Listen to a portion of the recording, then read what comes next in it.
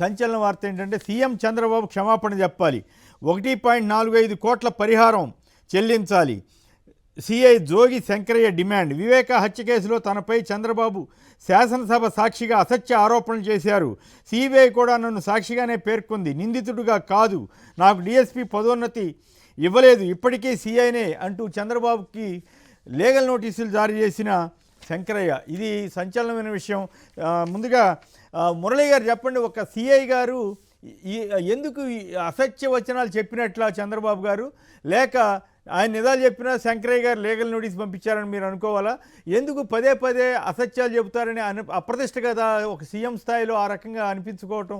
మీరేమంటారు? ఒక CI legal notice పంపించడాన్ని మీరు ఊహించగలరా? సార్ నమస్కారం మీకు, ప్యానెల్లో ఉన్న మిత్రులకి, వీక్షకులకి అందరూ కూడా.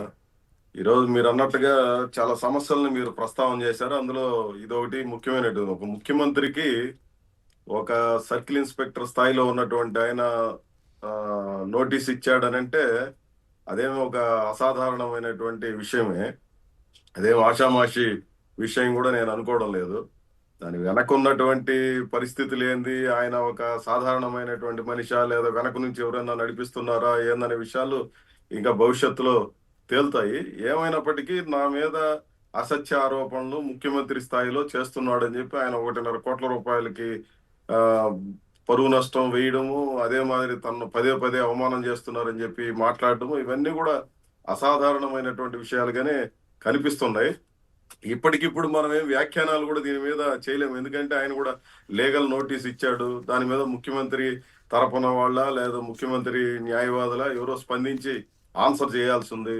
ఆ తర్వాత కోర్టుకు వెళ్తుందా లేదా చర్చ ఎక్కడి వరకు ఇది వస్తుందనే విషయాల్ని చూడాల్సిన అవసరం ఉంది. అంటే నేను ఇక్కడ భావిస్తున్నది ఏమంటే ఇది ఒక అంశం, కానీ ఇంతకుముందు మీరు అన్నట్టుగా లేదా చూపించినటువంటి వీడియోలు వీటన్నిటిలో కూడా మనం చూస్తే ప్రజల్లో అసంతృప్తి పెరుగుతా ఉంది. ఆంధ్ర రాష్ట్రంలో చాలా స్పష్టంగా మనకు కనిపిస్తున్నటువంటిది. ప్రత్యేకంగా ప్రతి జిల్లాలో ఏదో ఒక రకమైనటువంటి అలజడి.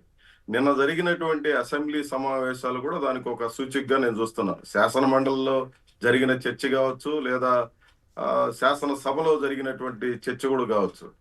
ఇప్పుడేమి వైసీపీ వాళ్ళు అసెంబ్లీలో లేకపోవచ్చు, శాసన మండలిలో కొన్ని అంశాలు ప్రస్తావన చేస్తుండొచ్చు. కానీ ఇక్కడ ప్రత్యేకంగా మనం గమనించాల్సింది కూడా ఏమంటే, నేను నిన్న జరిగినటువంటి చర్చకి సంబంధించి గమనించింది, ముఖ్యంగా జనసేన ఎమ్మెల్యేలు చాలా సీరియస్ సమస్యల్ని ప్రస్తావన చేశారు.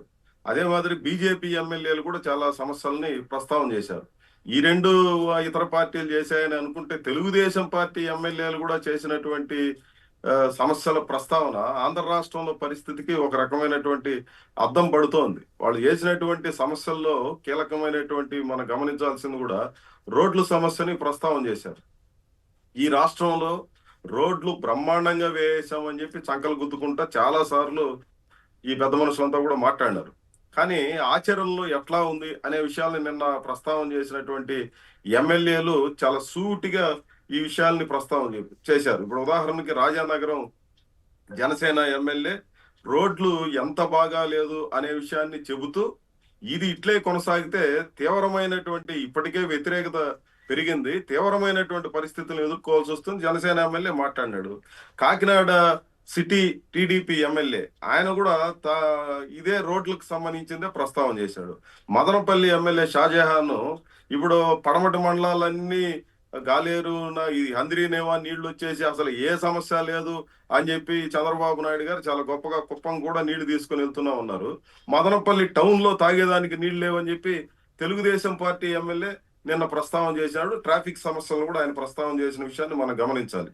అదే మాదిరి విశాఖ బీజేపీ ఎమ్మెల్యే విష్ణుకుమార్ రాజు కూడా ఆయన పోస్టులు వీటి భర్తీకి సంబంధించి లోకేష్ కార్యాలయం అనుమతి లేకుండా ఏమీ జరగడం లేదు అని చెప్పి బీజేపీ ఎమ్మెల్యేనే ఆరోపణ చేసింది మనం చూడొచ్చు. Chilakaluripet TDP MLA Prathipati Pullarao, Pathapatnam TDP MLA Mamidi Govindarao, వీళ్ళు నల్లబర్లి పొగాకు సంబంధించి, అదే మాదిరి ఆ, ఈయన పాతపట్నం ఎమ్మెల్యే చెప్పింది అయితే మరీ అన్యాయంగా కనిపిస్తుంది మనకు. మామిడి గోవిందుడు అని ఆయన మాకు పోలీస్ స్టేషన్ లేదు, ఫైర్ స్టేషన్ లేదు, ఏదైనా తగలబడిపోతే ఒరిస్సా నుంచి ఫైర్ ఇంజన్లు వచ్చి కాపాడుతున్నటువంటి పరిస్థితి ఉంది. ఇంతకంటే అన్యాయం లేదు. మా నియోజకవర్గానికి కనీసం ఒక పోలీస్ స్టేషన్, ఫైర్ స్టేషన్ అన్నా ఇవ్వండి అని చెప్పి మాట్లాడి చాలా ఆశ్చర్యం అనిపిస్తుంది.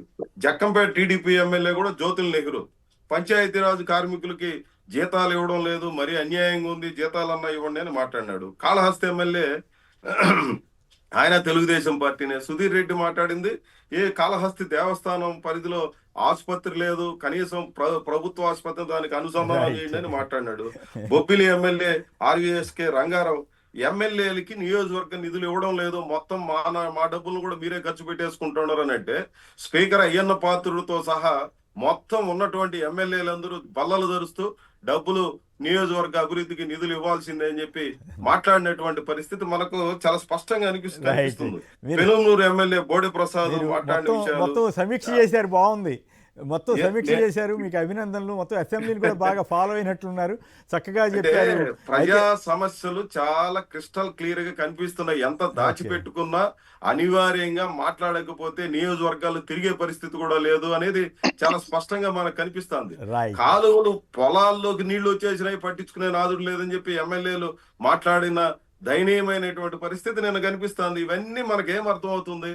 ఏదో ప్రతిపక్ష పార్టీలో లేదంటే మేము చేస్తున్నటువంటి ఉద్యమాలు ఇవి ఏదో కావాలని చేస్తున్నటువంటివి కాదు కదా, అనివార్యమై మీకు మీరు చెప్పుకుంటున్నటువంటి సమస్యలు, ప్రజా సమస్యల మీద కేంద్రీకరించండి, సమస్యలు పరిష్కరించండి అని చెప్తున్నట్టు వాస్తవాలు అనేది నిన్న జరిగినటువంటి చర్చలో చాలా స్పష్టంగా మనకు కనిపిస్తుంది. రైట్, బాగా చెప్పారు. అయితే ప్రధానంగా సిఐ శంకరయ్య లీగల్ నోటీస్ నుంచి మీరు అటు కూడా తీసుకెళ్లారు. అయితే జనానికి మంచి సమాచారం ఇస్తున్నారు, మీ విశ్లేషణ చేస్తున్నారనే ఉద్దేశంతో మీకు అభినందనలు కూడా తెలియజేస్తూ